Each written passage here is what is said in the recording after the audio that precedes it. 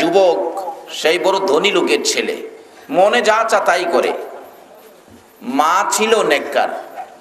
আসলে আমার সাবজেক্ট হলো মহিলা। মহিলারা যদি নেককার হয় তাহলে সমাজের কি উপকার হবে, একটা বাস্তব একটা উদাহরণ। তবে ঘটনাটা উদাহরণ হইলেও কিতাবি ঘটনা বলছি, ইতিহাসের ঘটনা বলছি। যুবক ছেলে মনে যা চায় তাই করে, কিন্তু মা নেককার, মা ভালো নামাজি পরহেজগার। ছেলেটার সকাল থেকে সন্ধ্যা পর্যন্ত কি করে সারাদিন, একটা ডায়েরি কিনে ছেলের অপরাধগুলো মা লিখে রাখে। ছেলের অপরাধ মা লেখে। বলুন, এখানে আর কোনো মোহরির দরকার পড়বে? কোনো উকিলের দরকার পড়বে? হাসরের কোর্ট বসাবেন, বিচারপতি হবেন আল্লাহ, আর একমাত্র অ্যাডভোকেট থাকবেন নবী মুহাম্মাদুর রাসূল। যেই কোর্টে আমার নবী ব্যতীত কেউ উকালতি করার অধিকার, ওই কোর্টের সাক্ষী হবেন মা বাবা। বিচারক হবেন আল্লাহ, উকালতি করবেন নবী, সাক্ষী হবেন মা বাবা। মা বাবা যদি কোনো সন্তানের পক্ষে বা বিপক্ষে সাক্ষী দেয়, এটাই কবুল হবে। তাই মা ডায়েরি ভর্তি তার অপরাধগুলো লেখে। হঠাৎ তার বাবা ইন্তেকাল করলেন। এখন তো গার্জিয়ান নাই, বেপরোয়া হয়ে গেলেন। একদিন গভীর রাত্রে একটা মহিলা ওই যুবকের ঘরের দরজায় আওয়াজ দিলেন। মহিলাটার 3টা বাচ্চা এতিম, 3 দিন পর্যন্ত ঘরে খাবার নাই। মা অসহ্য হইয়া, ধৈর্য হারা হইয়া, ওই যুবক বড়লোকের ছেলে তার ঘরের দরজায় আওয়াজ দিলেন, বাবা দরজা খোলো। যুবকটা বলতেছেন, কে? মহিলার কণ্ঠ, আমি তো ভালো ছেলে না, আমি তো একটা দুশ্চরিত্র যুবক, আমার ঘরের দরজায় আওয়াজ দিলেন গভীর রাত্রে। মেয়েটা বললেন, মা বাবা দরজা খোলো। কি ব্যাপার? বাবারে, আমি জানি তোমার চরিত্র ভালো না, কিন্তু আমি গভীর রাত্রে আসছি, আমার 3টা বাচ্চা না খায়া ঘুমায়। বাচ্চাদের ক্ষুধার্ত ব্যথা, এই কান্না আমি সহ্য করতে পারি না। বাবারে, তুমিও তো এরকম হতে পারতে আমার মতো অভাবী। আল্লাহ তোমাকে বড়লোক করেছে, আমাকে একটু সাহায্য দাও। অন্যায় অপরাধের নজরে আমার দিকে তাকিও না, আমি বড় বিপদগামী। যুবকটা চিন্তা করলেন, কথা তো ঠিক, আমিও তো এরকম একজন অভাবী হতে পারতাম। বলল, মা এ কিছু টাকা তোমাকে দিলাম, তুমি কারো কাছে বইলো না, আরো প্রয়োজন পরে আরো দিব, আজ থেকে আর অন্যায় করব না। মহিলাটা চলে গেলেন, বাচ্চাদের মুখে হাসি ফুটাইলেন।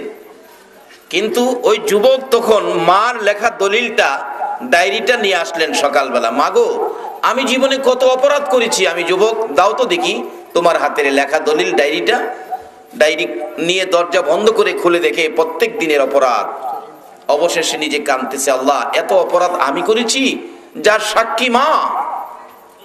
এই অপরাধী সমাজে আমি, এই মুখটা আমি সমাজকে কেমনে দেখাবো? আজকে বাবা যুবক, তোমরা কেমন মায়ের সন্তান, এমন কাজ তোমরা করেছো। হাজার হাজার মানুষ তোমাদের এই কষ্টের আয়োজনে, এই মাহে রমজানে এত কষ্ট, ভাদ্র মাসের রোজা, লম্বা নামাজ তারাবি, তারপরেও আজকে এই মাহফিলে লোকজন বসে আছে। এই আয়োজন কে করেছো? তোমাদের রিপোর্ট তো খারাপ হয় নাই, তোমাদের তো রিপোর্ট ভালো হয়েছে। তোমরা কেমন মায়ের সন্তান? নিশ্চয়ই তোমরা ওই মায়ের সন্তান যারা আজকের আয়োজক। তোমরা যখন মায়ের পেটে ছিলে, মা বুঝি তোমাদেরকে পেটে নিয়ে নবী পাকের উপর দুরূদ সালাম পাঠ করছিল, মা বুঝি তোমাদেরকে পেটে নিয়ে কোরআন শরীফ পড়ছিল। যাদের গায়ে, যাদের রক্তে দুরূদ সালামের এবং কোরআন তেলাওয়াতের গন্ধ আছে, তারাই এইরকম মাহফিলগুলির আয়োজন করে। কিন্তু ওই যুবকটা তো ভালো কাজ করে নাই। মার হাতের ডায়েরি খুলে দেখে শুধু অপরাধ। এই সমাজে আমি এই অপরাধী, এই মুখটা আমি সমাজকে দেখাবো না। মার লেখা দলিল ডায়েরি নিয়ে দৌড় দিলেন, দৌড়াইয়া পাহাড়ের উপরে উঠলেন। নিরিবিলি পাহাড়, কাঁদতেছে, এরে পাহাড়, মা বলেছে আমি এই অপরাধ করেছি। আমি বড় অপরাধী, এই সমাজে মুখ দেখাইতে পারি না, লজ্জা করে। পাহাড়ে তোর মধ্যে কত প্রাণী থাকে, আমাকে একটু জায়গা দিবি, আমি অপরাধী তোর মধ্যে লুকাইয়া থাকি। পাহাড় থেকে আওয়াজ আসতেছে, তোর মতো পাপীকে আমি রাখবো না। এখান থেকে দৌড়ে গেলেন। বলো, দৌড় দিয়ে দেখি বিরাট বড় কবরস্থান। কবরস্থানের পাশে দাঁড়িয়ে ডাকতেছে, রে কবরস্থানের মাটি, আমার মতো বহু মানুষ তোর ভিতরে ঘুমিয়ে আছে, আমাকে একটু জায়গা দিবি, আমি অপরাধী পাপী তোর মধ্যে লুকাইয়া থাকি, এই মুখটা আমি কাউরে দেখাবো না। মা বলেছে আমি এই অপরাধ করেছি। বলুন, অপরাধের সাক্ষীটা কে? মা। আজকে যদি আমাদের দেশের মা জাতি যদি সন্তানের অপরাধের সাক্ষী হয়ে যায়, তাহলে সমাজ পরিষ্কার হয়ে যাবে। মা বলেছেন আমি এই অপরাধ করেছি। ও কবর, কত মানুষ তোর মধ্যে, একটু জায়গা দিবি, কবরের মাটির থেকে আওয়াজ আসতেছে, তোর মতো পাপীকে আমি রাখবো না। দৌড়ে গেলেন নদীর কিনারে, ও নদীর পানি, তোর মধ্যে কত প্রাণী বসবাস করে, আমাকে একটু জায়গা দিবি, তোর মধ্যে লুকিয়ে থাকি যাতে কেউ আমাকে না দেখে। নদীর পানির থেকে আওয়াজ আসতেছে, তোর মতো পাপীকে আমি জায়গা দিব না। সারাদিন অপরাধী, সাক্ষী হলেন মা, সন্তানের অপরাধের সাক্ষী মা। মার লেখা দলিল নিয়ে ঘুরতেছে, কেউ জায়গা দেয় না। এই পাপীকে দেখলেই দরজা বন্ধ করে দেয়। রাত্র গভীর, আকাশের দিকে তাকিয়ে ডাকতেছে আর কাঁদতেছে, মাবুদ, যদিও আমি পাপী, সৃষ্টি করেছো তুমি, তুমি তো অস্বীকার করতে পারবে না আমি যে তোমার সৃষ্টি। প্রভু গো, শুনেছি তোমার 99 ভাগ মায়া আছে। আমি অপরাধী বলে যেদিকে যাই সবাই আমাকে দেখলে দরজা বন্ধ করে দেয়, কেউ আমার দিকে মায়ার নজরে তাকায় না। মাবুদ গো, ও আমার আল্লাহ, আমি সমস্ত অপরাধ লইয়া তোমার দয়া চাই, তোমার মেহেরবানি চাই। আল্লাহ গো, আমি কোথায় যাব তুমি বলে দাও না। আমার আল্লাহ রহমতের দুয়ার খুলে ডাকতেছে, এরে পাপী বান্দা, আমি দেখেছি তোর পাপের বোঝা লইয়া যেদিকে যাও সবাই তোমাকে দেখে দরজা বন্ধ করে দেয়, কেউ দরজা খুলতে রাজি না।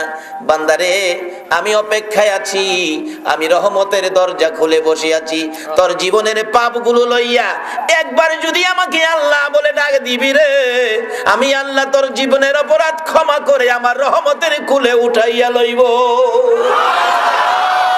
যে আল্লাহ এত বড় পাপী একবার আল্লাহ বলে ডাক দিলে আমার আল্লাহর এত দয়া হয়, এ আল্লাহর নাম জপলে আমাদের লাভ হবে না লস হবে? তাই বলতেছিলাম আমরা শুকর আদায় করেছি কার? আরো জোরে বলুন কার? আজকের মাহফিলে বসে যারা আমাকে আল্লাহ বলে ডাক দিয়েছে রে ফেরেশতারা, 20 বছর বুঝি না, 90-100 বুঝি না, যে যেই বয়সেরই হোক, মেয়ে বুঝি না, পুরুষ বুঝি না, আজকে ডাকের বিনিময় আমি আল্লাহর মায়া হয়েছে, বড় দয়া হয়েছে, তোরা সাক্ষী হয়ে যা। এ ডাকের বিনিময় আমি আল্লাহ তাদের জীবনের গুনাহগুলো ক্ষমা করে দিলাম। এভাবে ক্ষমা দেওয়ার ক্ষমতা আমার আল্লাহর আসেনি, কিন্তু অন্য নবীর উম্মতের বেলা একটু কম, ক্ষমা এত সহজে দিতেন না, শুধু আমাদের বেলা একটু বেশি। আল্লাহু আকবার বলুন। কোরআন শরীফে ঘোষণা দিয়েছেন এই নবীর উম্মতের বেলা, কুল ইয়া ইবাদিয়াল্লাযিনা আসরাফু আলা আনফুসিহিম লা তাকনাতু মির রাহমাতিল্লাহ। নবী গো, আপনি বলে দেন আমার বান্দারা কি অপরাধ করছে, তারা কি ভয় পাইতেছে, তারা গুনাহ অপরাধ করলে করছে, তাদেরকে আপনি বলে দেন তারা যেন ভয় না পায়। কি করব আমি আল্লাহ? তাদের জীবনের গুনাহগুলি, সবগুলো গুনাহ জমায়া আমি আল্লাহ মাফ করে দিব।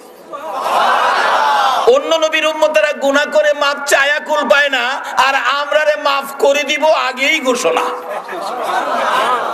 আগাম জামিন আছে না, জামিন দেখছেন না, কেস হইবার আগে কোর্টে জামিন হয়ে গেছে। আজকে যে নবীর উম্মত হইলে আগাম জামিন, কোর্টে যাইবার আগেই মাফ। সেই নবীকে চিনা শুধু আমরা না, মা বোনদেরও দরকার আছে কিনা? মাগো, আজকের ওয়াজ তোমাদের পক্ষে, শুধু ওয়াজ তোমাদের পক্ষে না, এই পৃথিবীর মালিক স্বয়ং আল্লাহ তোমাদের পক্ষে, যার উসিলায় কুল কায়নাত সেই নবী, দয়ার নবীও তোমাদের পক্ষে, শুধু তোমরা গেলা না তাদের পক্ষে। বলুন, মা বোনেরা কি নবীর পক্ষে এখন আছে? নবী বলেছে পর্দায় থাকার জন্য, মহিলারা কি পর্দায় আছে? মাগো, এই জন্য তোমার দাম কমে গেছে। আগে বিবাহ শাদীর প্রস্তাবে মুরব্বীদের মুখে শুনছি মেয়েদেরকে মহারানা দিতে হয়েছে, আর এখন মহারানা উল্টা হয়ে গেছে, মেয়ের পক্ষ থেকে ছেলেকে মহারানা দিতে হয়। একটাই কারণ, যে আল্লাহ তোমাদের পক্ষে যেই বিধান দিয়েছে তোমরা তা মানো না, যেই নবী তোমাদের পক্ষে, নবীর পক্ষ থেকে যা আদর্শ দেওয়া হয়েছে সেগুলি তোমরা মানো না, বিধায় তোমাদের দাম কমে গেছে। বলুন, নবীর বিধানে দাম বাড়ে না কমে? নবীর বিধান মানলে সম্মান বাড়ে না কমে? বাস্তব ঘটনা। এই তো মাহে রমজান। বলুন, মাহে রমজানে মার্কেটগুলোতে মানুষের ভিড় কম হয় না বেশি হয়? মেয়ে বেশি না পুরুষ বেশি? মাশাআল্লাহ, আপনারা কিন্তু সাক্ষী, মেয়ে বেশি। তবে শুধু চট্টগ্রামে নয়, আমাদের ভৈরবেও মেয়ে বেশি। মাঝে মাঝে মার্কেটে যাওয়ার ইচ্ছে হলে দোকানদার বন্ধু বান্ধবরা বলে, দোস্ত দিনের বেলা আসিস না, রাত্র 10টার পরে আসিস। 10টার পরেও যায় দেখি টুকটাক কাকের মতো ঘুরে। কি বিপদ রে বাবা। বলে, হুজুর মার্কেটিং করবে, দোষটা কি? বাবারে, আমাদের তো দোষ। টুপি টাপি লাগাইয়া গেলে মেয়েদের কাছে খারি লোক, মৌলবি কেমন রে, মেয়ের কাছে খারো রয়েছে, খারিবার জায়গা নাই, খারোই মুখই।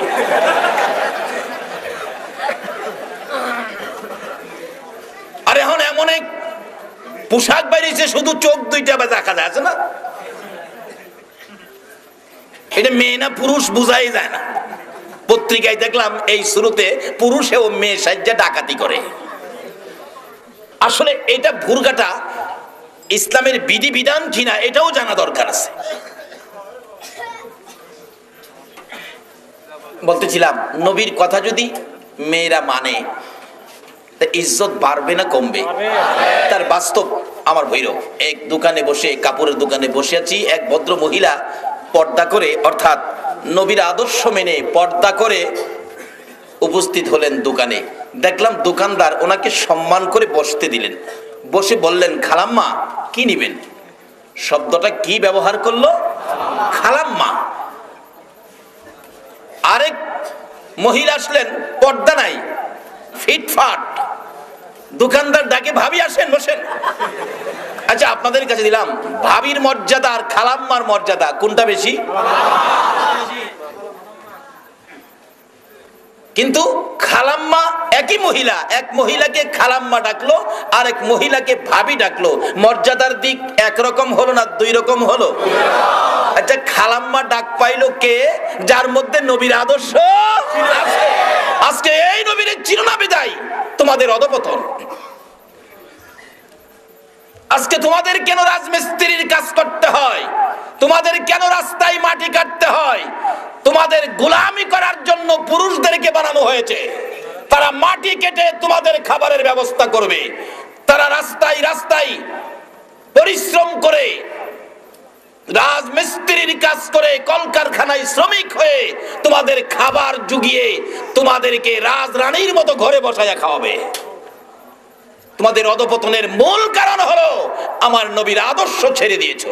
কিন্তু আমরা পুরুষ নবীর গোলামিতে যাব, রাজি আছেন?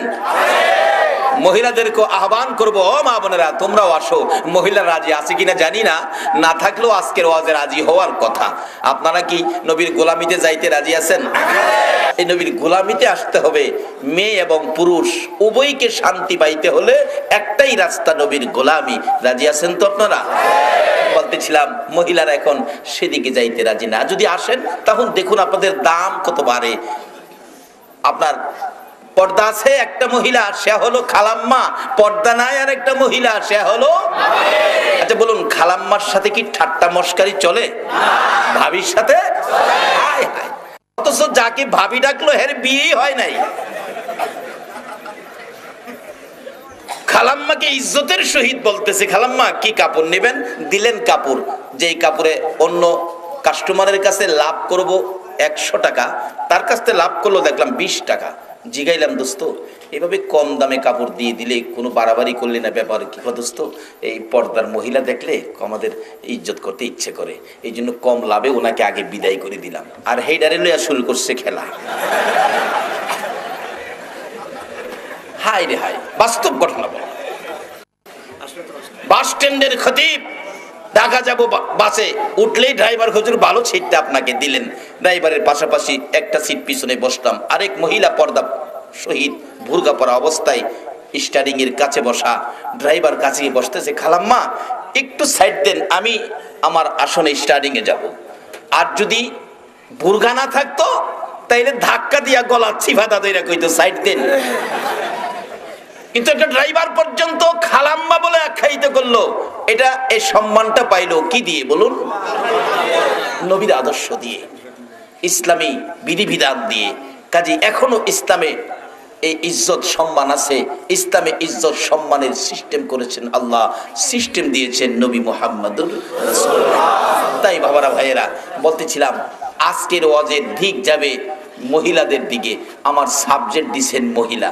তবে এই ওয়াজে মনে হয় একটা প্রতিক্রিয়া হবে, যাও আমার পক্ষে মহিলারা বাংলাদেশে বেশি, যত মাহফিলে যাই মহিলারা বেশি হয়। আরো বলে দেয় এই তোফাজ্জল হুজুরকে দাওয়াত দিবা। আজকার ওয়াজে মনে হয় এই মাঠ আমার আর থাকবে না। যেই হোক, আমি নির্বাচন করব না, আপনাদের বুড়ের আমার দরকার নাই, কিন্তু আমি আপনাদেরকে আল্লাহ আল্লাহ রাসূল মুখী করতে চাই। মাগো, তোমাদের প্রতি আমার আল্লাহ সন্তুষ্ট, রাসূল সন্তুষ্ট। বলতেছিলাম আল্লাহ মেয়েদের পক্ষে বাস্তবে আসুন। কিভাবে পক্ষে? হযরত আদম আলাইহিস সালামের বিয়ে হবে মা হাওয়া আলাইহিস সালামের সাথে। আদম আলাইহিস সালাম ঘুমিয়েছিলেন, ঘুম থেকে উঠে দেখে বাম পাশে এত সুন্দরী রূপসী, হাই রে হাই, কি একটা বই দিছে। জিগে আল্লাহ এটা কেডা? কইটা হাওয়া তোর লেগে বানাইছি। হাই হাই, কোন কি আমার লেগে? বাম হাত বাড়াইছি মাথার দইরা দেখতো। আল্লাহ কয় বিয়ে হইছে না, বিয়ে হইতে হইব। আল্লাহ বিয়ে হইতে হইব, তে বিয়েটা পড়ায় দেন। কইতে মহারণা দে। আচ্ছা, মহারণা কি হাওয়ার কাছে চাইছে না আদমের কাছে চাইছে? মাগো, একটা ওয়াজ তোমাদের জন্য যথেষ্ট। তোমাদের পক্ষে আল্লাহ পুরুষের কাছে মহারণা চাইছে, তোমার কাছে চায় নাই। এই সাবজেক্টের জবাব তুমি দিয়ে পারবে না। আজকে সে আল্লাহকে খুশি করার মতো কাজ তোমাদের মধ্যে নাই। মনে যা চা তাই করতেছো। একদিন কিন্তু তুমি ধরা পড়ে যাবে। আল্লাহর আযাব গজবের পিঞ্জরায় তোমাকে ঢুকানো হবে। আদম নবী তো বিপদে পড়ছে। এই রে আল্লাহ দিয়ে হিলার পক্ষে। আল্লাহ মহারণা এমন সময় চাইলেন, মহারণা কইতে দিব, টাকা পয়সা তো নাই। তখন কি বাংলাদেশ ব্যাংক আসছিল? কইতে দিব। অপারক হইয়া বিয়েও করতে মন চায়, আর জেলারে বসাইছে এলারে থুয়া যাইতেও মন চায় না। অবশেষে কিতাব লেখে কাঁদতে শুরু করলো। এই কান্দার অভ্যাস আদমের আছে না? কান্না। তবে যুবক, তোমার প্রয়োজনে তুমি মা বাবার কাছে কাঁদতে পারো, এটা আদমের শিক্ষা। কিন্তু আদম নবী কাঁদছে গার্জিয়ানের কাছে। আদমের গার্জিয়ান কে? আল্লাহ। সবাই বলুন আল্লাহ গার্জিয়ান। গার্জিয়ানের কাছে কাঁদতেছে। আল্লাহ কই কান্দোস কি লেগা? আল্লাহ মহারণাও নাই, বিয়েও করতাম না। আল্লাহ কো কাঁদছ যখন একটা ব্যবস্থা করব। মহারণা কি? এই আদম, যার ভালোবাসায় আমি আল্লাহ কুল কায়নাত সাজাইছি, তুই আদম রেও বানাইছি আমার সেই নবীর উপর। তুই 10 বার, তোর বিবি 10 বার, দুইজনে মিলে 20 বার আমার হাবিবের উপর দুরূদ শরীফ পাঠ কর। আমি তোর, তুই আদম হাওয়ার বিয়ের মহারণা আদায় করে দিব।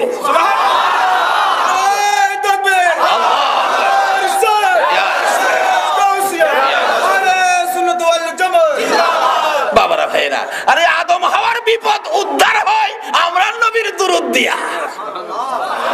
আজকে সেই নবীর উম্মত নবী খুশি করার কাজে যাওয়া দরকার আছে কিনা? যদি নবী খুশি যা করার কাজে আপনি যাইতে পারেন, আল্লাহ এমনিতেই খুশি। দেখেন না, ঘোষণা দিয়ে রাখছে, কুল ইয়া ইবাদিয়াল্লাযিনা আসরাফু আলা আনফুসিহিম লা তাকনাতু মির রাহমাতিল্লাহ। ও নবী আপনি বলে দেন আমার বান্দা গুনাহ করছে, যাতে তারা আমার রহমত থেকে দূরে সরে না যায়, আমি আল্লাহ আপনার উম্মতের মাফ করে দিব। যাই হোক, এবার মহারানা চাইলেন আদমের কাছে। তাইলে আল্লাহ কি মহিলার পক্ষে না পুরুষের পক্ষে?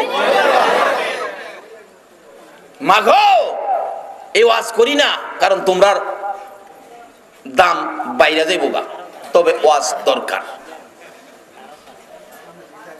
যার উসিলায় কুল কায়নাত, যেই নবী আঙ্গুল ইশারা করলে আকাশের চাঁদ দুই টুকরা হয়ে যায়,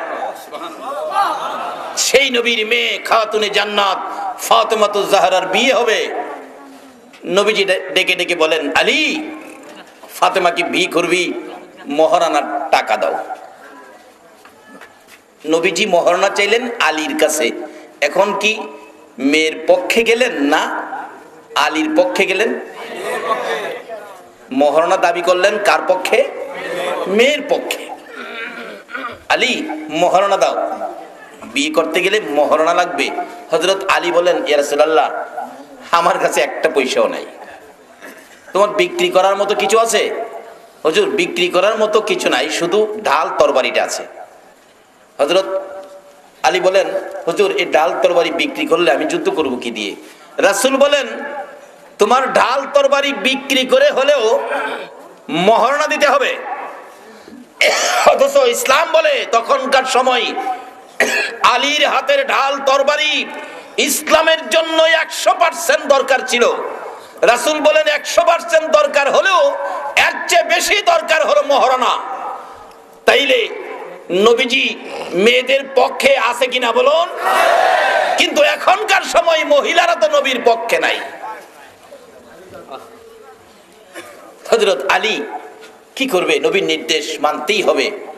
ঢাল তরবারি বিক্রি করলেন হযরত উসমান গনি রাদিয়াল্লাহু তাআলা আনহু। উসমান গনি ঢাল তরবারি খরিদ করে আবার হযরত আলীর হাতে তুলে দিয়ে বললেন, আমি খরিদ করেছি ইসলামের স্বার্থে, আবার তোমার কাছে আমি দান করে দিয়েছি। আজকে কে আছেন চুরি হালদা এলাকার এমন ব্যক্তিত্ব, যেই যুবকেরা এই সুন্দর মাহফিলের ব্যবস্থা করে আমরাও তাদের হাতে আল্লাহ আল্লাহ রাসূল চিনার জন্য এইভাবে আমরাও তাদের হাতে সাহায্য করে দেব। যদি এই নবীর ভালোবাসায় এই কাজ কেউ করতে পারেন, কেউ করেছেন, আগামীতে করবেন, আল্লাহর কসম আমার নবীর গুদারায় উঠে ফুল সিরাতের ফুল পার হয়ে যাবে।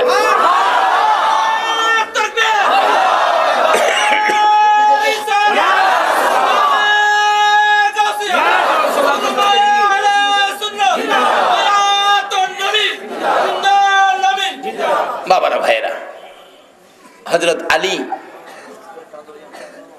ডাল তরবারি বিক্রি করে টাকা নিয়ে হাজির করে দিলেন, ইয়া রাসূলুল্লাহ এই যে মহারণার টাকা।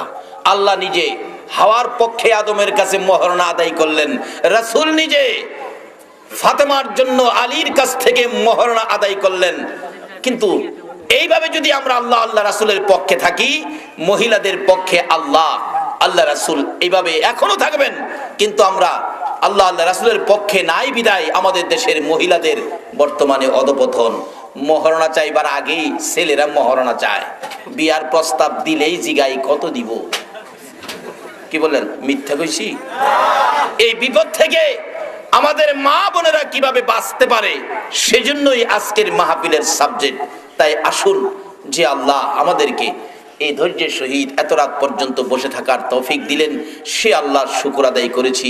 তাই আমরা এখন আলোচনায় ঢুকবো। আলোচনা ঢুকার আগে পবিত্র কোরআন শরীফ থেকে যা তেলাওয়াত করেছি, আল্লাহ যেটুকুন তৌফিক দিবেন আমি সেটুকুন আলোচনা করব। তাই আসুন, যে আল্লাহ যেই নবীর উম্মতের এত সহজে মাপ দেয়, এই আল্লাহর সাথে সম্পর্ক কিভাবে করা যায়, কোন আল্লাহ যার জমিনে থাকেন, যে আল্লাহ আমাদের উদ্দেশ্যে কোরআন শরীফে ওয়াজ করেছেন, ইত্তাকুল্লাহ, তোমরা আমাকে ভয় করো। কে বলতেছেন ভয় করতে? কোন আল্লাহ? যার জায়গা। ঠিক আছে, এই জায়গার মালিক কে? নাকি ফতাঙ্গার মানুষ? কত মানুষ জায়গার মালিক সাইজ্জা মাটির সাথে মিশে গেছে, হাড্ডিও পাইতেন না। আসলে জায়গার মালিক কে? ওই মালিক বলতেছে তোমরা আমাকে ভয় করো। আচ্ছা, ভয় যে মালিকে বলছে বই করলে লাভ হবে না লস হবে? দেখেন কোরআন শরীফে ঘোষণা দিচ্ছে কি লাভ হবে। ও আম্মা মান খাফা মাকামা রাব্বিহি ওয়া নাহান নাফসা আনিল হাওয়া ফা ইন্নাল জান্নাতা হিয়াল মাওয়া। আল্লাহু আকবার বলো। যদি কেউ যদি ভয়ের মতো ভয় করতে পারে তার জন্য আল্লাহ ঘোষণা দিলেন আল্লাহর পক্ষ থেকে জান্নাতুল মাওয়াটা পুরস্কার দিবে। এমন মালিকরে ভয় করা আমাদের দরকার আছে কিনা? আচ্ছা, এই ভয়ের ঘোষণাটা কি খালি পুরুষের বেলায় দিছে না মেয়ের বেলাও? ওহন বর্তমান সময়ে মহিলারা মনে করে ওয়াজ নসিহত, মসজিদের আজান, আল্লাহর পক্ষ থেকে ঘোষণা, নবী পাকের নির্দেশ সবগুলি পুরুষেরে দিছে, হেরারে দিছে না। দেখবেন তারা বিপরীরা বাড়ি গিয়া দেহে বাড়ি অন্যি ঘুমাইতেছে। কি গো রোজা রাখলা, তারা বি ফলল না? কয় তুমি ফললেই তো হয়। আচ্ছা, আসলে কি ঘোষণাটা শুধু পুরুষের জন্য নাকি মহিলাদের জন্য আছে? সকল ইমানদারের জন্য, মেয়ে এবং পুরুষ উভয়ের জন্যই তো কোরআন শরীফের এই ঘোষণা। কিন্তু এখন শুধু পুরুষেরাই বেশি মানে, কিন্তু মহিলারা এটা তাদের প্রতি আল্লাহর নির্দেশ এটা তারা বুঝতে রাজি না। আর আসলে এই ব্যাপারে আমরাও দোষী, আমরা এগুলি মহিলাদেরকে ভালো করে বুঝাইতে পারি না। যেমন আপনারা ওয়াজ শুনতেইছেন, ওয়াজ নিজেরাই শুনবেন, বাড়িতে নিবেন না। কিন্তু নবীর নির্দেশ হলো ওয়াজ তোমরা শুনে সাথে সাথে বাড়িতে নিয়ে পৌঁছাও। নবীজি যখন ওয়াজ করতেন সাহাবীরা ওয়াজ শুনে সঙ্গে সঙ্গে বাড়িতে নিয়ে পৌঁছাইতেন। এতে কি হলো? মহিলা পুরুষ একসাথেই আমল করার সুযোগ পেল। আমরা ওয়াজ শুনে বাড়িতে নিব দূরের কথা, প্যান্ডেলের বাইরেই নেই না, এখানেই রাখা যায়। কিন্তু সাহাবীরা ওয়াজ শুনে নবী পাকের পবিত্র জবানের ওয়াজ শুনলেই বাড়িতে নিয়ে যাইতেন। তার বাস্তব ঘটনা, একজন সাহাবী যার নাম অত্যন্ত গরিব ছিলেন, আব্দুল্লাহ আনসারী, একবারে গরিব সাহাবী। যেদিন ওয়াজ শুনল নবীর মুখ থেকে, নামাজ বেহেশতের চাবি, নবী ওয়াজ করেছেন আস-সালাতু মিফতাহুল জান্নাহ। ওয়াজ নিয়ে দৌড়ে বাড়িতে গেলেন। বিবি, আজকের ওয়াজের খবর পাইছো? রাসূল বলছেন নামাজ বলে জান্নাতের চাবি। বিবি বলো, এই ওয়াজ কি তুমি রাখবে? মহিলা কসম খাইলেন, স্বামী কসম খেয়ে বললাম আর জীবনে কোনোদিন এই নামাজ ছাড়ব। ওয়াজটা নবীর মুখ থেকে বাড়িতে পৌঁছাইলো স্বামী পুরুষ, আমরা তো বাড়িতে নেই না। তাদের জীবনী লেখে তারা এত গরিব ছিলেন। ও বাবা, শ্রমিকেরা কষ্ট করে দূর দূরান্ত থেকে এসে চট্টগ্রাম চাকরি করে দুমুঠো ভাত খাওয়ার জন্য কষ্ট করো। ও বাবা, শ্রমিকের দল, তোমাদের মতোই একজন শ্রমিক, গরিব মানুষ আব্দুল্লাহ আনসারী, অত্যন্ত গরিব, কিন্তু নবীর ওয়াজ একটাও অমান্য করে না, নবীর পক্ষ ছাড়ে না।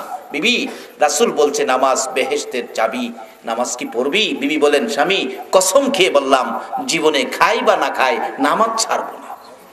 যেহেতু কথাটা রাসূল বলেছে, কে বলেছে? নবীর গোলামিতে ঢুকে গেলেন। কিতাব লেখে আব্দুল্লাহ আনসারী এত গরিব ছিলেন, মানুষের সামনে যাওয়ার মতো স্বামী স্ত্রী দুইজনে মিলে মাত্র একটা কাপড় ছিল, এক কাপড় দুইজনে মিলে। এরকম গরিব কি আমাদের চট্টগ্রামে আছে?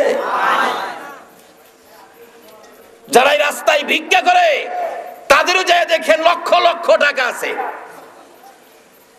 আমাদের এলাকায় এক বেচারা ভিক্ষা করে, হাত পাও একবারে গোজা, গাড়িতে পয়সা চলে, তার স্ত্রী দুইটা। যদি বিশ্বাস না হয় আমাকে আটকায় রাখেন, বৈরবের খবর নেন। বটতলা রোডে বসে হে ভিক্ষা করে, স্ত্রী দুইটা। স্ত্রী না, আবার স্ত্রী।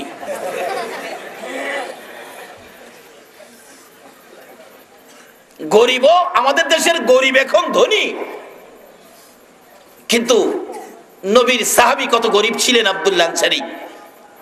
দুইজনে মিলে মানুষের সামনে যাওয়ার মতো মাত্র একটা কাপড় ছিল।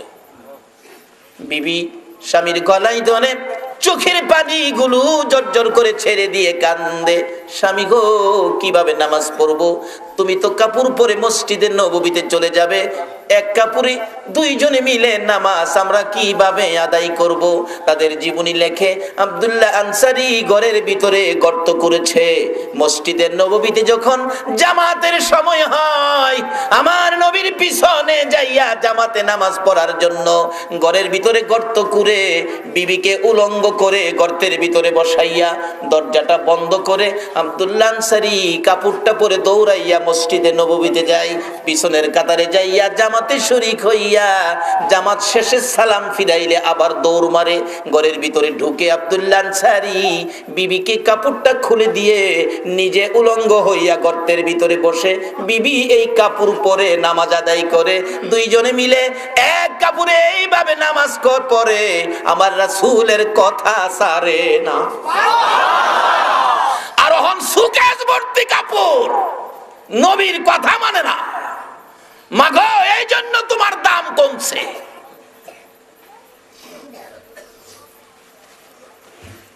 আগে দেখছি ট্রেনের মধ্যে, বাসের মধ্যে মহিলা আসলে মানুষ পুরুষগুলি দাঁড়ায় গেছে, মা বোনদের সিটটা দেন।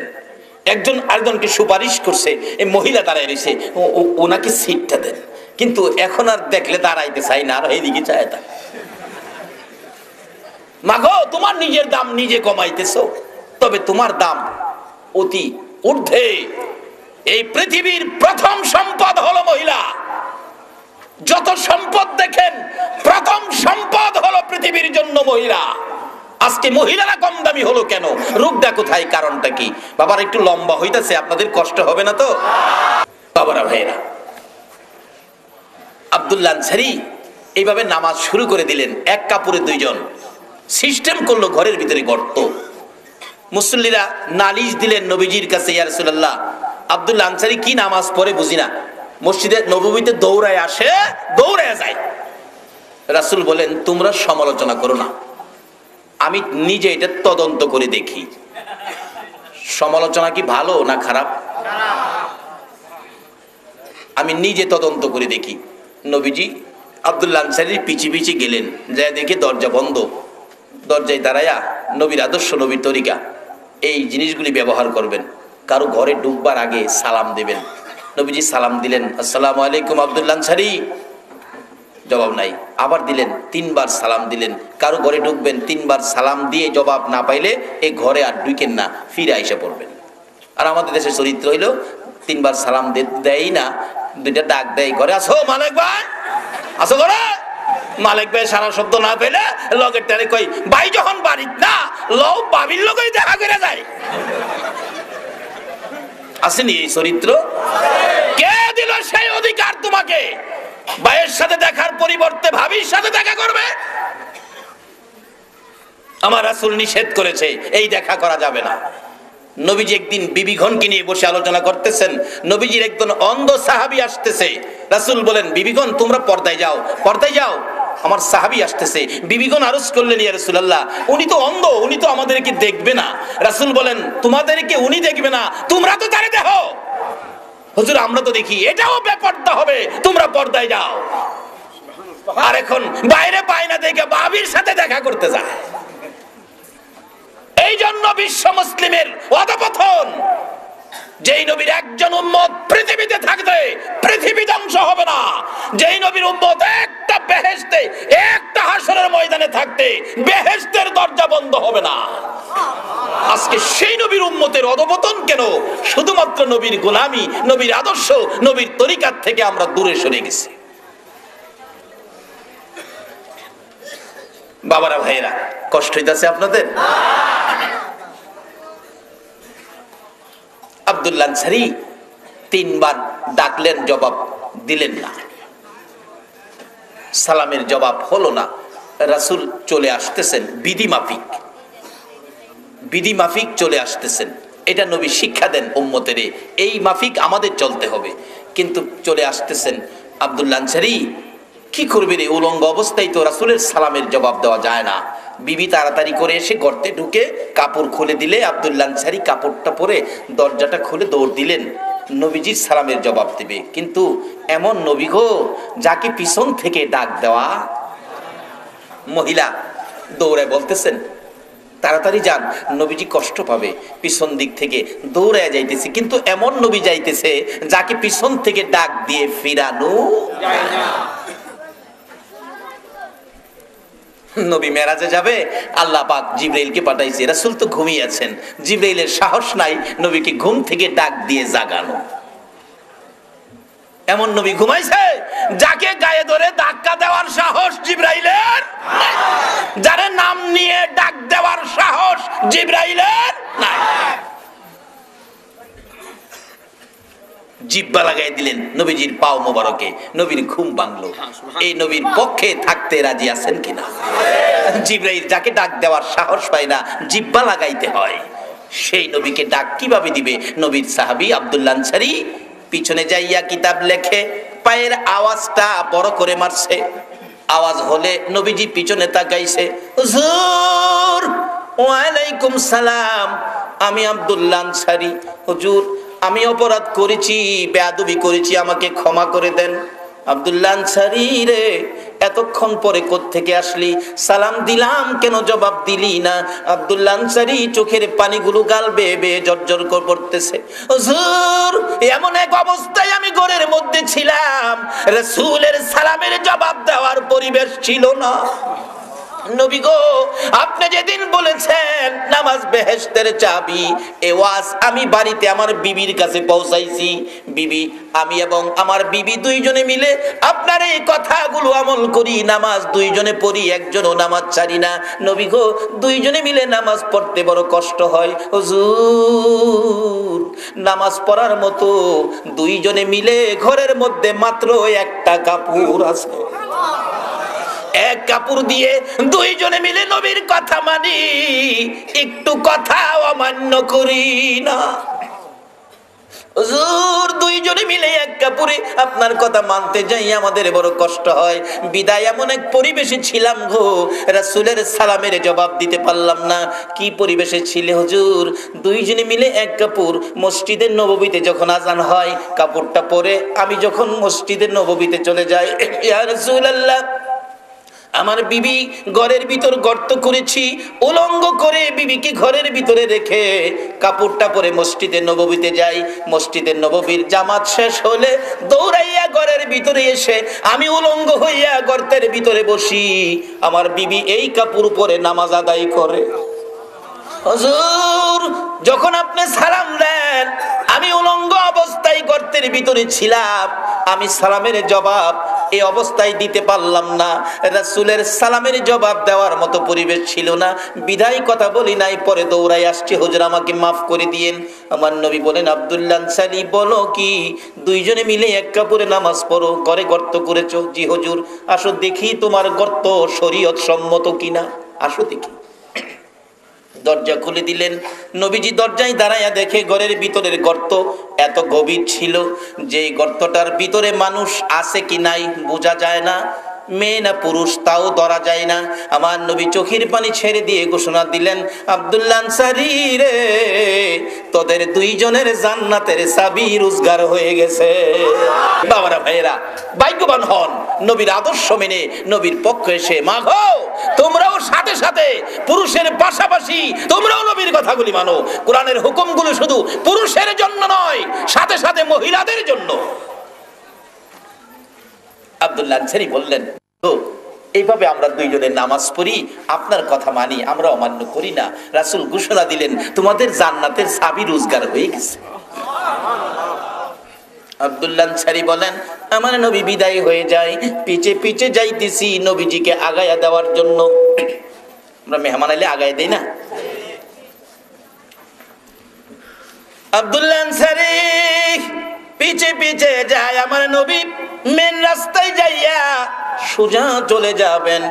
এমনি সময় দেখে ছোট্ট ছোট্ট দুইটা বাচ্চা হাতের মধ্যে এইভাবে বাইদা খেজুর গাছের মধ্যে আটকাইয়া রাখছে, খেজুর গাছের মধ্যে আটকাইয়া রাখছে। বাচ্চাগুলো কাঁদতেছে, চোখের পানি দিয়ে জামা কাপড় ভিজতেছে। রাসূল বাচ্চাদেরকে খুব আদর করতেন। ও আজকের মাহফিলের খেলোয়াড় ভাইরা, তোমরাও নবীর আদর্শ সমাজে ছড়িয়ে দাও। বাচ্চাদেরকে ধমক দিও না, এদেরকে আদর করো।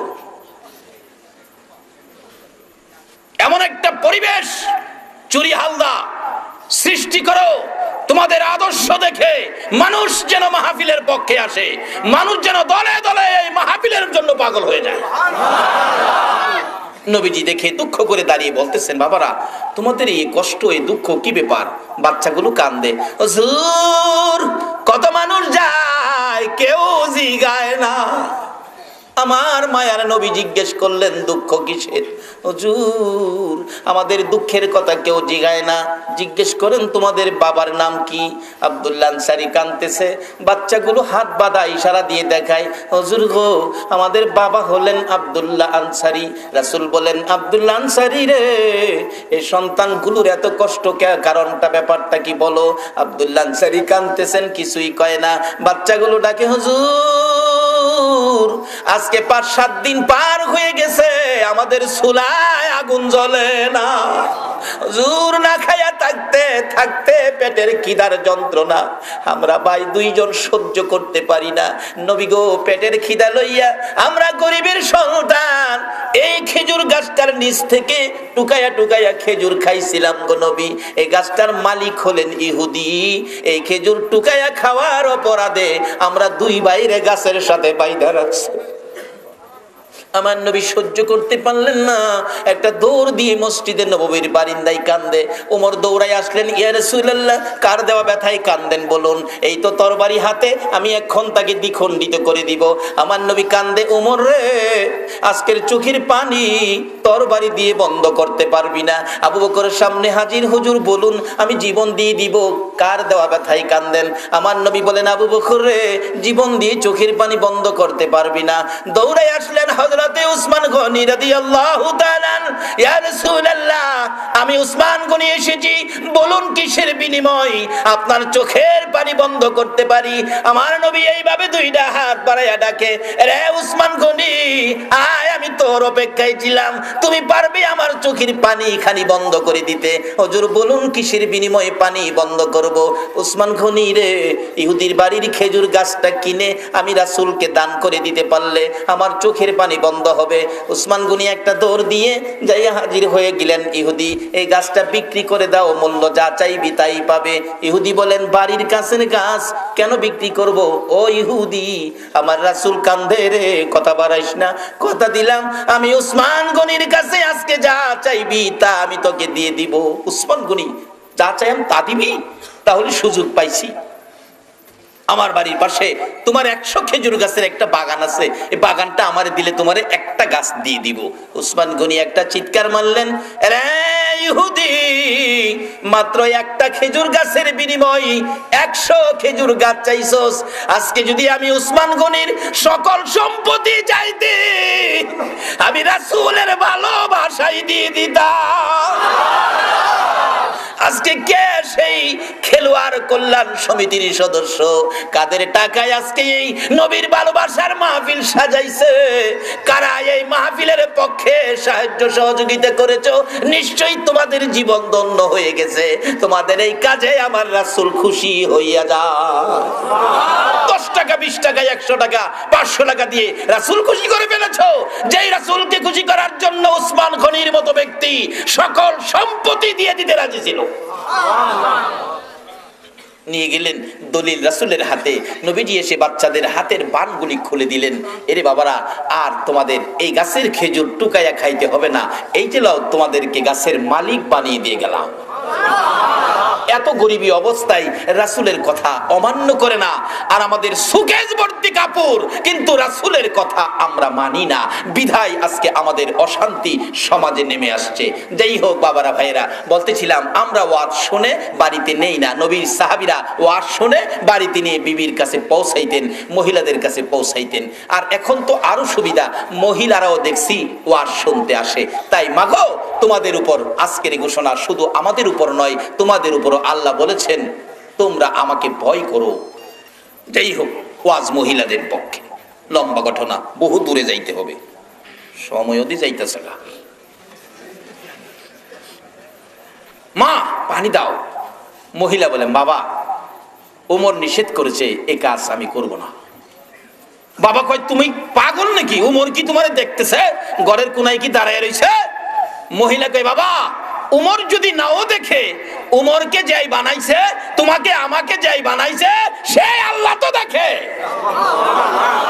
মেয়েটা কাকে ভয় করলো? ও পতেঙ্গা চুরি হালদা এলাকার মা বোনেরা, ইচ্ছা করলেই রাতের অন্ধকারে যা মনে চায় তা করো না। দুনিয়ার কেউ যদি নাও দেখে, আজকাল থেকে ওয়াজটা বাড়িতে নাও, তোমার আল্লাহ তোমাকে দেখে। এক পিসাব কেবলা আপনার একজন সাধারণ মুরিদকে খেলাফত দিয়ে দিলেন, বাবা তুমি মুরিদ করতে পারবে, তোমাকে পীর বানায় দিলাম। অন্য মুরিদরা কয়, হুজুর এটা সাধারণ মানুষকে দিয়ে দিলেন খেলাফত, আমরারে দিলেন না।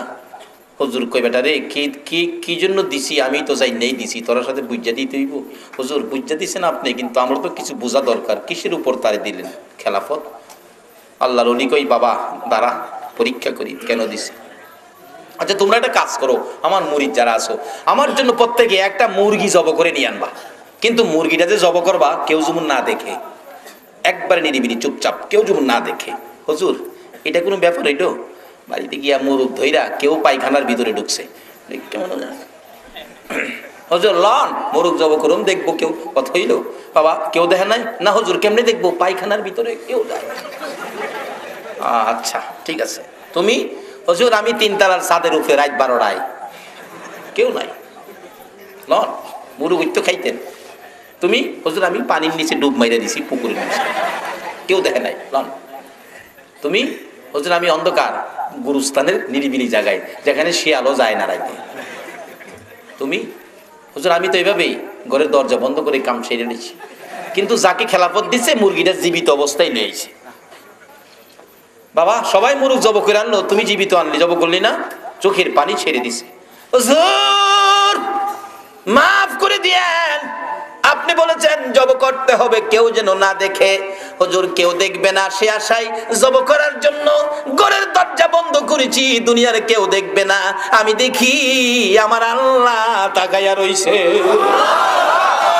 হুজুর ছাদের উপরে যাইলাম, অন্ধকার, কোনো মানুষ নাই, কেউ দেখে না, কিন্তু আমার আল্লাহ দেখে। পানির নিচে ডুব দিলাম, কেউ দেখবে না, আমার আল্লাহ দেখে। এমন একটা জায়গা পাইলাম না যেখানে মুরগ জব করলে আমারে কেউ দেখবে না, এমন একটা জায়গা পাইলাম না মানুষের অগোচরে যাইতে পারি, আমার আল্লাহ দেখে সেই অগোচরে যাইতে পারি না। তখন আল্লাহর ওলি বলেন, ও মূর্খের দলেরা, ও বাবা গাফেলেরা, এই যে দেখো এই ব্যক্তি আমার খেলাফত পাইতে পারে কিনা, সেই জন্য তাকে খেলাফত দিলাম। তোরা যে মুরগ জব করলে কেউ দেখলো না, কিন্তু আমার আল্লাহ তো দেখছে।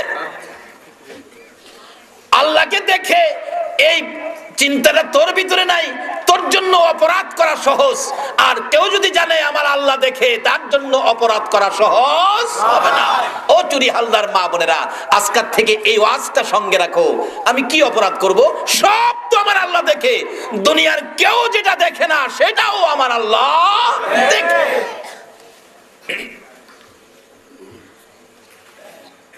বাবা তোমাকে যে বানাইছে, ওমরকে যে বানাইছে, আমাকে যে বানাইছে, সেই মালিক তো দেখে। বাবা আমি পানি দিতে পারবো না, কথাটা খেয়াল আছে? একটা মহিলা আল্লাহকে ভয় করে, আল্লাহ যে বলছে ভয়ের পুরস্কার কি দিব, দেখেন না কি দিতেছে, কোরআন শরীফ। যাইতেছে, রাত্র শেষ, পানি দিল না মহিলা। ওমর চক দিয়ে দাগ দিয়ে গেছে ঘরের কোনায়। সকালবেলা ফজরের নামাজ পড়ে মসজিদে বসে ডাক দিলেন, এই আমার পুলিশের দল, ইমুক গ্রামে দরজায় চকের দাগ দেওয়া এই ঘরের মহিলাটাকে ধরে নিয়ে আসো, মেয়েটাকে নিয়ে আসো। পুলিশ রাষ্ট্রপতির নির্দেশ, মেয়েকে নিয়ে গেলেন। মা বাবা পিছে পিছে কানতে কানতে যাইতেছে। কি অপরাধ? ওমরের সৈন্য ধরে নিয়ে যেতেছে, কি বিচার জানি হয়। ওমরের ছেলে ডেকে ডেকে বলতেছেন, ওমর আমার ছেলেটাকে গোসল দিয়ে জামা কাপড় পরাও। এবার বিবাহের অনুষ্ঠান হয়ে গেল। মেয়ের বাবা বলতেছেন, ওমর আপনি রাষ্ট্রপতি, আমার বিয়াই, ঘটনাটা কিভাবে হলো? ওমর বলেন, তোমার মেয়ে যেই সময় বলেছিল দুধে পানি দিলে ওমর দেখবে না, বাবা তোমাকে যে আমাকে ওমরকে যে বানাইছে সেই মালিক আল্লাহ তো দেখবে। তোমার মেয়েটার মধ্যে আল্লাহর এই কিসিমের ভয় আছে বিদায় আমি খুশি হয়ে আমি রাষ্ট্রপতির ছেলে দিয়ে তোমার মেয়েকে বিবাহ করে আসলাম। রাষ্ট্রপতির ছেলে গোয়ালিনীর মেয়ে বিবাহ করাইলেন, একটাই কারণ, মেয়ের মধ্যে কি আছিল বলুন? আরো জোরে বলুন, আল্লাহর ভয়। মাগো, শুধু দুনিয়ায় এই পুরস্কার না, হাসরেও তোমাদের পুরস্কারের বাজেট আছে। যদি তুমি আল্লাহকে ভয় করতে পারো, আল্লাহকে ভয় করুন। আল্লাহ পাক কোরআন শরীফে নির্দেশ করেছেন, আল্লাহকে ভয় করলে বাজেট কত, কি যে বাজেট, 2 বছর ওয়াজ করলেও এই শব্দের ওয়াজ করে শেষ করা যাবে না। তাই আমরা একটা জিনিস, যুবক যুবতী, একটা ওয়াজ আজকে বাড়িতে নিব। আমরা অপরাধটা করব না, কেউ দেখবে না, কিন্তু কাকে ভয় করে অপরাধ ছেড়ে দিব? আরো জোরে বলুন, আল্লাহকে। কাজী এই চিন্তাটা মনে রাখা বাবা, যুবক যুবতীরা এই আলোচনায় যাও। সাথে সাথে আমরা পর্দার চিন্তা করব, কারণ মেয়ে পুরুষ উভয়ের মর্যাদা দিয়েছে। একজনের পাশে একজন কোরআন শরীফ বলেছে, হুন্না লিবাসুল লাকুম ওয়া আনতুম লিবাসুল লাহুন্না। পুরুষের জন্য মেয়ে প্রয়োজন, মেয়ের জন্য পুরুষ প্রয়োজন। যেমন প্রয়োজন পোশাক, আমার এই পোশাকটা যেমন দরকার, এরকম প্রয়োজন হলো পুরুষের জন্য মেয়ে। মেয়ের পোশাকটা যেমন দরকার, এমন প্রয়োজন মেয়ের জন্য একটা পুরুষ। তার অর্থ এই না অবৈধ কিছু করা, তাহলে এলাকায় গজব আসবে, ঘূর্ণিঝড় সিডর আসবে, জায়গায় আগুন লেগে যাবে, অশান্তি আসবে, খুন খারাপি হবে, রহমতের ফেরেশতা চলে যায় যদি অবৈধ কাজে যুবক যুবতী লিপ্ত হয়। ইব্রাহিম খলিলকে নমরুদে আগুনে দিবে, কিন্তু রহমতের ফেরেশতারা চরক গাছে ধরে রাখে, সরাইতে পারে না। ইবলিস পরামর্শ দিলেন, নমরুদ এখানে যুবক যুবতী দিয়ে অপকর্ম করাও।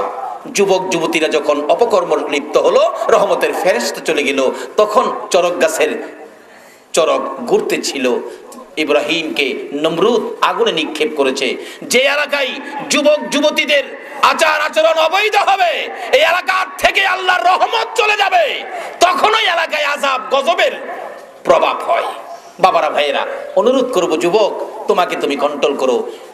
গত 2 দিন আগে আমাদের ভৈরবে একটা কনফারেন্স এইডস এর উপর, এইডস এর মধ্যে সারা উপজেলার থেকে 2 জন হুজুরের মধ্যে একজন ছিলাম আমি। দেখলাম তাদের সিস্টেমটা। এদেশের মানুষ বাঁচাইতে গেলে এইডস থেকে এদেশের যুব সমাজকে বাঁচাইতে হবে। যে রোগটা পৃথিবীর সব দেশে বেশি, একমাত্র কম আছে বাংলাদেশে। বাংলাদেশে কম থাকার কারণ হলো এদেশের যুবকেরা এখনো আমার রাসূলকে ভালোবাসে।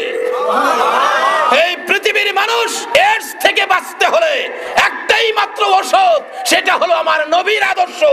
নবীর আদর্শ ব্যতীত বিজ্ঞানীরা বলেছে যুব সমাজকে এইডস থেকে বাঁচানো যাবে না।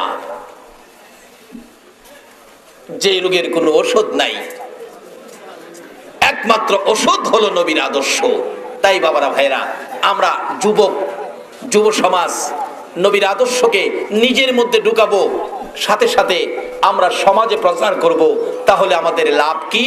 আমরা এই কঠিন বিপদ থেকে আমাদের সমাজকে, আমাদের জীবনকে, আমাদের দেশকে আমরা বাঁচাইতে পারবো। তার সহজ উপায় সামনে আসতেছে, বাস্তব ঘটনা। বাবারে, ও মেয়ে লোকেরা, তুমি যদি পর্দায় থাকো, তোমার পেটে বাইজিদ বুস্তামি জন্ম হবে। তুমি যদি পেটে থাকো, তোমার পেটে শাহজালাল ইয়ামিনী জন্ম হবে। আর যদি নবীর আদর্শ ছেড়ে বেপরদা হও, তোমার পেটে সন্ত্রাসী জন্ম হবে, তোমার পেটে লুচ্চা বদমাইশ জন্ম হবে। নবীর আদর্শে ফিরে আসো।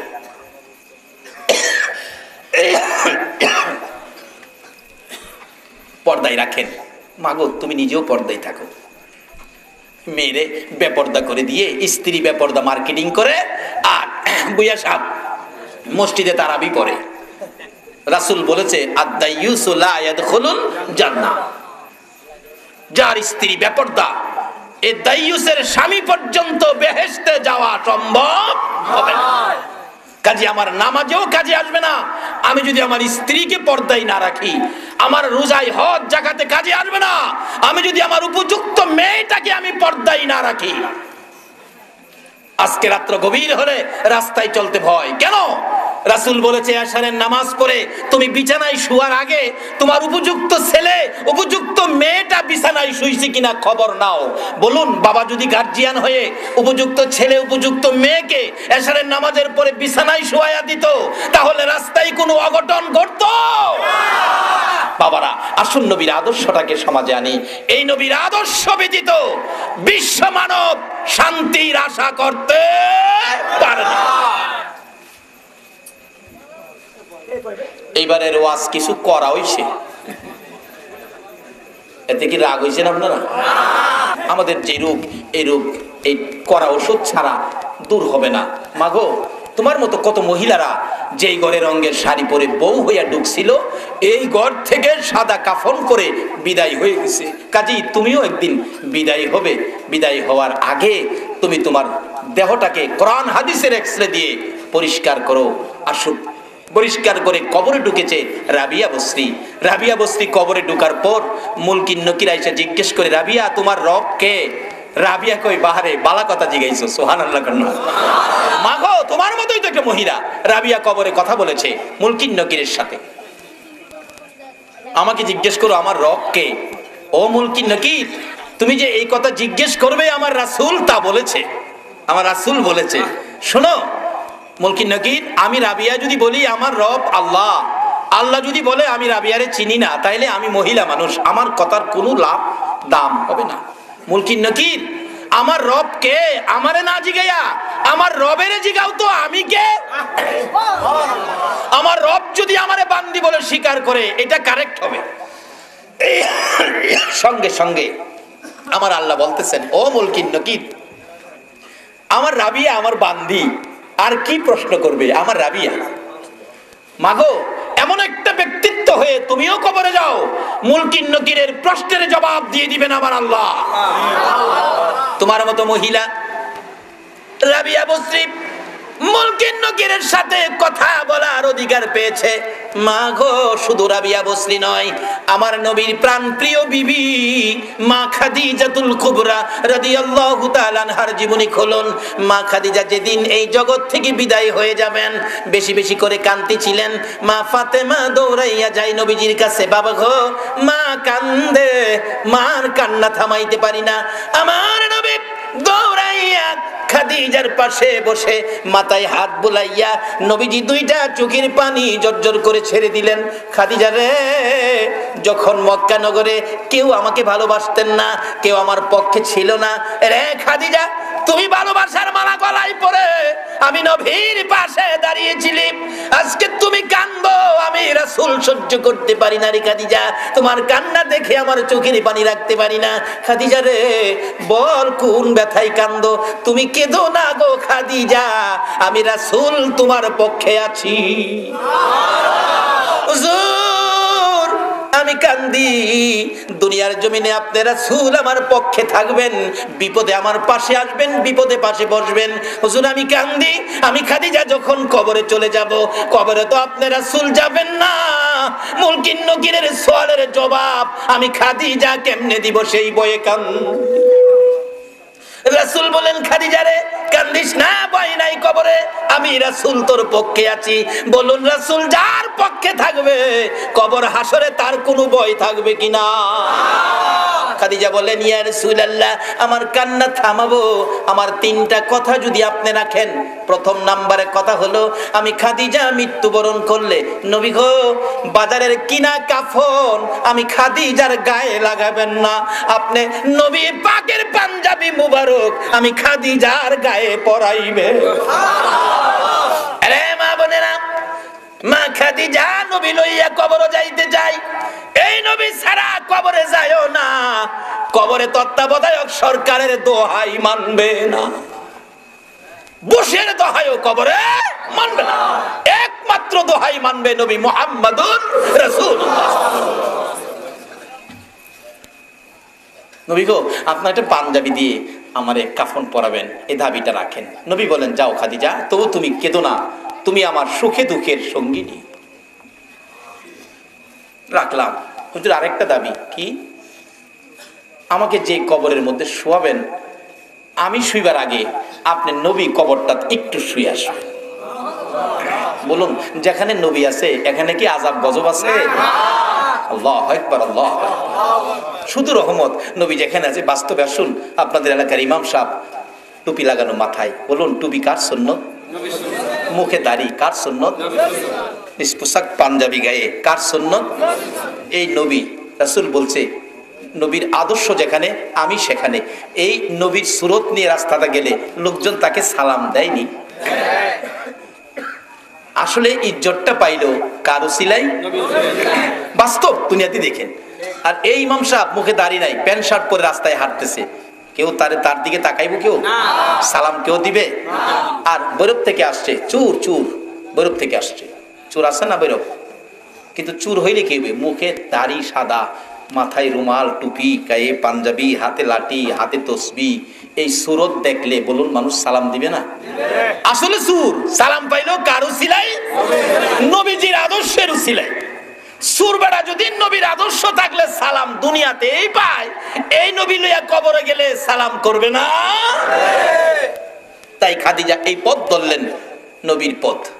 নবী গো, আপনি একটু শুয়ে আসবেন, তাহলে আমি কান্না থামাবো। যাও, রাজি হলাম। হুজুর আরেকটা দাবি। কি? মুলকিন নকির প্রশ্ন করবে, জবাবের সাহস আমার নাই। নবীর বিবি কইতেছেন নবীজিরে, মুলকিন নকিরের সওয়ালের জবাবটা আপনি রাসূল উপরে থেকে দিয়ে দিবেন। আচ্ছা, কবরের জবাব রাসূল উপরে থেকে দেওয়ার ক্ষমতা আসেনি? আসতে গেলেন যে আরো জোরে বলুন, আছে। এই রাসূলের পক্ষে থাকতে রাজি আছেননি? শুধু উপরে থেকে উম্মতের পক্ষে জবাব শুধু মক্কায় নয়, প্রয়োজনে বাংলার জমিনের উম্মতের প্রশ্নের জবাব নবী মদিনা থেকে দেওয়ার ক্ষমতা।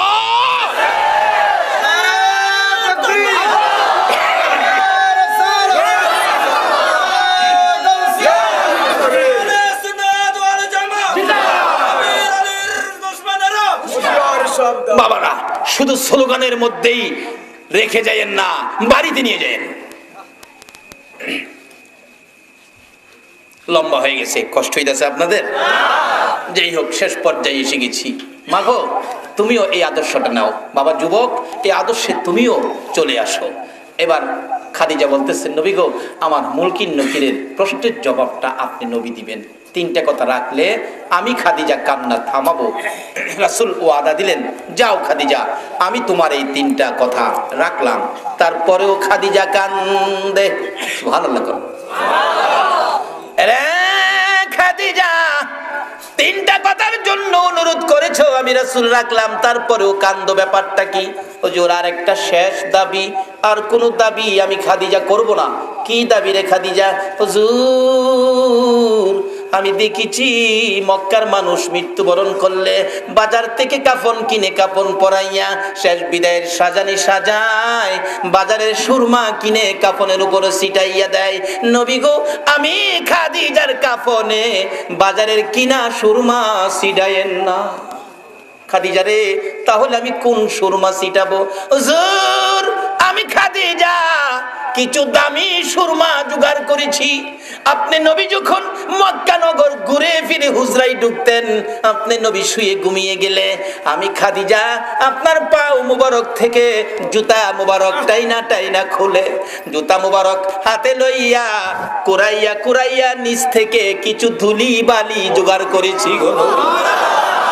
আপনি জুতা মুবারকের ধুলি মুবারক আমি খাদিজা জোগাড় করেছি।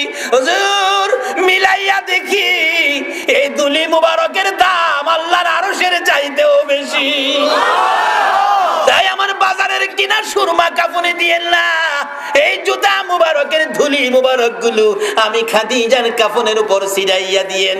আমার মন বলে গো নবী, বাজারের কিনা সুরমার মেয়াদ শেষ হয়ে যাবে, নবী পাকের জুতা মুবারকের ধুলি মুবারকের মেয়াদ কোনদিন শেষ হবে না। খাদিজা রে, ও খাদিজা, আমি রাসূলকে খুশি করে বিদায় নিই। লম্বা ঘটনা সংক্ষেপ করে দিলাম। নবীজির পাঞ্জাবি মোবারক দিয়ে কাফন করানো হলো। কবরের মধ্যে নবী নাইমা কান্দে, ও কবর আমার খাদিজা রে তোর মধ্যে দিয়ে গেলাম, যে খাদিজা আমার সুখে দুঃখের সঙ্গী। নবী বসে আছে দাফন করার পর মুলকিন নকির আসে না খাদিজার কবরে। অনেক সময় পার হয়ে গেলে নবী অপেক্ষায় রত। আমার আল্লাহ বলেন, জিবরাইল যা রে আমার বন্ধুর কাছে যা। বন্ধু খাদিজার কবরের পাশে বসে আছে মুলকিন নকিরের সওয়ালের জবাব দেওয়ার জন্য। আমার বন্ধুর কানে খবর দে, খাদিজা যেদিন মুলকিন নকির সওয়ালের ভয়ে যেদিন দুনিয়াতে কাঁদছে, সেই দিন আমি আল্লাহ খাদিজার মুলকিন নকিরের জবাব আমি আল্লাহ দেওয়ার ব্যবস্থা করেছি, বন্ধুর দিতে হবে না। ও মা বোনেরা, আসো খাদিজার মতো কবরের বয়ে কান্দি, খাদিজার মতো নবীকে ভালোবাসা কবরে যায়, তাহলে মুলকিন নকিরের সওয়ালের জবাব তোমার জন্য আমার আল্লাহ আদায় করে দিবে। মাগো, তোমাদের পক্ষে আমার আল্লাহ, তোমাদের পক্ষে আমার রাসূল সমস্ত পৃথিবীর যুবকদেরকে তোমাদের গোলাম বানিয়ে দিয়েছে। তোমাদের জন্য রোজগার করে খাবার ঘরে আইনা দিবে, তুমি রান্না বাড়া করে শুধু খাবে আর স্বামীর খেদমতে যাবে। স্বামীকে কষ্ট দিও না। স্বামী যখন কষ্ট করে বাড়িতে আসে, আগে স্বামীর মন খুশি করো। খাতুনে জান্নাত ফাতেমাতুজ জাহরার জীবনী খুলুন। ফাতেমা যখন স্বামী ঘরে আসতো, নিজের ওড়না দিয়ে স্বামীর মুখের ঘাম মুছে দিত। এমন একটা মহিলা কি আপনাদের চট্টগ্রামে আছে স্বামীর ঘাম মুছে দিয়েছে? যেই মহিলা সমস্ত জান্নাতি মহিলাদের সর্দারিনী হবেন, তার যদি চরিত্রে এই গুণ থাকতে পারে, এই গুণ, এই আদর্শ, এই চরিত্র আমাদের দেশের মহিলাদের থাকা দরকার আছে কিনা?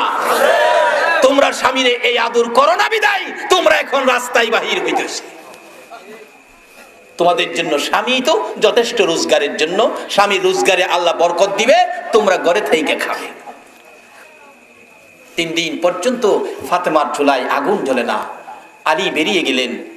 কিছু কাজ করার পর যে পয়সা হলো, খাবার কিনার মতো পয়সা হয় নাই, শুনছে আরেক জায়গায় উটের থেকে মাল নামাইতে হবে। হযরত আলী রাত্র গভীর দৌড় দিলেন, দৌড় দিয়া মাল নামাইলেন। অনেক টাকা হলো, রাত্র শেষ দিকে প্রায়। এখন টাকা নিয়ে দৌড় দিলেন খাবারের জন্য। দোকান বন্ধ হয়ে যাচ্ছে। দোকানদার, একটু রাখো, আমার ফাতেমা খায় নাই, আমার হাসাইন হুসাইন খায় নাই, আমারে খাবার দাও, আমার কলিজা মানে না। সদাই নিয়ে খাবার নিয়ে দৌড় দিলেন। যায় দেখে ফাতেমা দরজাটা খুলে অপেক্ষায় স্বামীর জন্য। আর তুমি তোমার স্বামী দোকান বন্ধ করে 12টায় বাড়িতে আসলে তুমি চিত হয়ে ঘুমিয়ে থাকো। কিভাবে ফাতেমার সাথে তোমার জান্নাত হবে? ফাতেমা ডাকে, স্বামী গো, এত রাত্র কষ্ট করে আসছো, স্বামী ঘরের দরজাটাই দাঁড়াও, তোমার চেহারায় ঘাম দেখা যায়, আমি ফাতেমা তোমার চেহারার ঘামগুলো আগে মুইসা।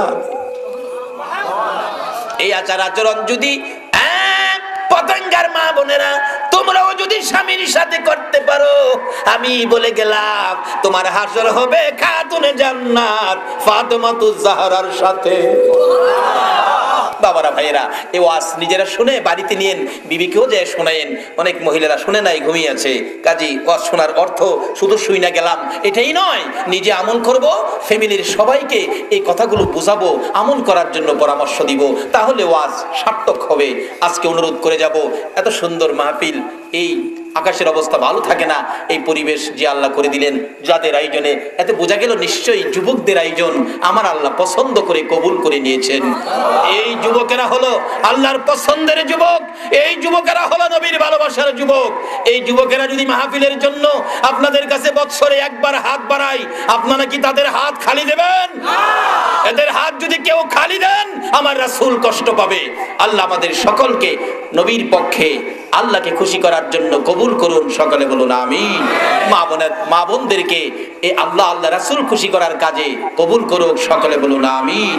বাবারা লম্বা হয়ে গেছে, আসুন যেই নবীর উপর আল্লাহ নিজে দুরূদ ও সালাম পাঠ করেন, সেই নবীকে একটু দুরূদ ও সালাম মদিনা পাঠাই। রাজি আছেন আপনারা? ইয়া নবী সালাম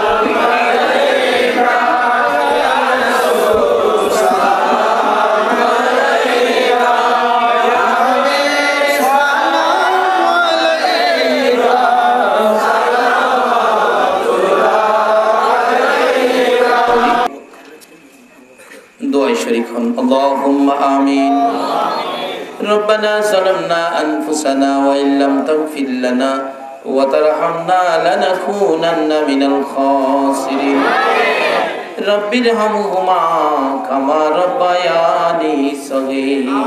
ইয়া আল্লাহ, জীবনের গুনাহ মাফের আশার দরখাস্তের পর আর একটা দরখাস্ত করি, তুমি কিন্তু রাগ হইও না। আমি জানি না হাজার হাজার মানুষের মধ্যে কার মনে জানি কি ব্যথা রে, কার মনে জানি কি দুঃখ, কার জানি মা মা নাই মা, কার জানি বাবা নাই রে, যে বাবা মাতার গাম পাতাই পালাইয়া রোজগার করে খাওয়াইতো, যে মা সন্তান কোথাও গেলে রাত্র 12টা বাজলেও সারা দেশের ঘরের দরজা বন্ধ, মা দরদি দরজা খুইলা বিনাইয়া বিনাইয়া কান্ত। ছোট সময় মাদ্রাসায় ভর্তি হওয়ার পর অসুস্থ হয়েছিলাম, রাত্রে বাড়িতে গেলে ঘুম আসে না। আমি দেখেছি আমার মা সারা রাত পাশে বসে থাকে, ঘুমায় না। মাঝে মাঝে হাত বাড়াইয়া ডাকে, মাবুদ আমার ছেলেরে জীবন ভিক্ষা দাও। যে মা বাবা সন্তানের বিপদে জীবন ভিক্ষা চাইতো গো, এই মা বাবা যার কবরে আমরা তোমার জান্নাত ভিক্ষা চাই গো আল্লাহ, তোমার জান্নাত ভিক্ষা চাই গো আল্লাহ। ওই সকল মা বাবার কবর গুলো জান্নাতের বাগান বানাইয়া দাও আল্লাহ। মা বাবা যার দুনিয়াতে আছে হায়াত বাড়িয়ে দাও। মা বাবা কেমন জিনিস বুঝার তৌফিক ছেলে মেয়েদেরকে দান করে দাও আল্লাহ। দাদা দাদি নানা নানি শ্বশুর শাশুড়ি আলিয়া ওলাদ বংশধর মই মুরব্বী পাড়া প্রতিবেশী খানদানবাসী মহব্বতী খাস করে এলাকার জমিনের নিচে যত মুমিন মুমিনাত কবরে সকলের কবর জান্নাতের বাগান বানাইয়া দাও আল্লাহ। এই এলাকার জমিনের নিচে যত তোমার ওলি আল্লাহগণ, তোমার বন্ধু, তোমার নবীর আশিক পাগলগণ ঘুমিয়ে আছে, সকলের কবর জান্নাতের বাগান বানাইয়া দাও ইয়া আল্লাহ। খাস করে আজকের মাহফিলে যারা দূর দূরান্ত থেকে আসছে, যার মনে যে আশা, সকলের মনের আশা পুরা করে দাও গো আল্লাহ। আমাদের মধ্যে যারা অভাবী, অভাব দূর করে দাও। যারা বিমারি, বিমার শেফা করে দাও। হসপিটালে যাইতে হবে এমন রূপ কাউকে দিও না গো আল্লাহ। হসপিটালে যাওয়ার মতো রূপ যদি কারো থাকে, এই মাহফিলের উসিলায় তুমি মাফ করে দাও গো আল্লাহ। ইয়া আল্লাহ, আমাদের মধ্যে যারা ব্যবসা করে ব্যবসায় বরকত দাও, যারা চাকরি করে পদোন্নতি দান করে দাও ইয়া আল্লাহ। যারা বিদেশ থাকে সহি সালামতে রাখো, যারা বিদেশ যাবে মনের আশা পুরা করে দাও আল্লাহ। যারা লেখাপড়া করে লেখাপড়ায় বরকত দাও মাবুদ। খাস করে যারা কলকারখানায় চাকরি করে সকল শ্রমিক ভাইদেরকে বিপদ আপদ থেকে বাঁচাইয়া রাখো ইয়া আল্লাহ। অনেক সময় পত্রিকায় পাই জাহাজে চাকরি করতে যাইয়া বিপদ হয়, আল্লাহ গো সকল বিপদ থেকে হেফাজতে রাখো গো আল্লাহ। আল্লাহ, স্লিপের মধ্যে লেখা হয়েছে এক ভাই অ্যাক্সিডেন্ট অসুস্থ, আল্লাহ গো জনাব আবু বকর ভাইকে সুস্থ করে নেক হায়াত বাড়াইয়া দাও ইয়া আল্লাহ। আজকের এই কমিটির ভাইদেরকে তোমার কুদরতি হাতে দিয়ে গেলাম ইয়া আল্লাহ। দয়া করে মায়া করে এই কমিটির ভাইদেরকে তুমি কবুল আর মঞ্জুর করে নাও। তোমার নবীর আশিক এই খেলোয়াড় ভাইদের গলায় নবীর প্রেমের মালা পরাইয়া দাও। এই মাহফিল তোমার কুদরতি হাতে দিলাম, কিয়ামত পর্যন্ত তুমি কায়েম রাখো গো আল্লাহ। এই মাহফিলের পক্ষে যারা আসছে, আসবে, সাহায্য সহযোগিতা করেছে, করবে, সকলকে তুমি নবীর দিদার দেখাইয়া কলিজা ঠান্ডা করে দিও গো আল্লাহ। মাবুদ, এই পর্যন্ত যে আলোচনা হয়েছে সবগুলো আমল করার তৌফিক দাও গো আল্লাহ। মা বোনদেরকে পর্দায় থাকার তৌফিক দাও, রাবিয়া বসরির মতো বানাইয়া দাও। কাল কিয়ামতে খাতুনে জান্নাত ফাতেমাতু জাহরার সাথে হাসর নসিব করে দিও গো আল্লাহ। ইয়া আল্লাহ, রমজানের মাস বরকতের মাস, আমাদের সকলকে রমজানের বরকত নসিব করে দাও গো আল্লাহ। মাউদ সেহরি ইফতার তারাবি আল্লাহ গো সকলের বরকত নসিব করে দাও। রমজানের বরকত সবে কদর সহ আমাদেরকে নসিব করে দিও গো আল্লাহ। ইয়া আল্লাহ, দূর দূরান্ত থেকে যারা মাহফিলে আসছে, যারা যেখানে যাবে তোমার কুদরতি হাতে দিলাম, আবার সহি সালামতে পৌঁছাইয়া দিও গো আল্লাহ। মাবুদ গো, যতগুলো দরখাস্ত করলাম মাহফিলের উসিলাই, দুরূদ ও সালামের উসিলাই, মাহে রমজানের উসিলাই, সবগুলো তুমি কবুল আর মঞ্জুর করো গো আল্লাহ। ওয়া সাল্লাল্লাহু তাআলা আলা খায়রি খালকিহি মুহাম্মাদিন ওয়া আলা আলিহি ওয়া আসহাবিহি আজমাইন বিহাক্কি লা ইলাহা ইল্লাল্লাহু মুহাম্মাদুর রাসূল।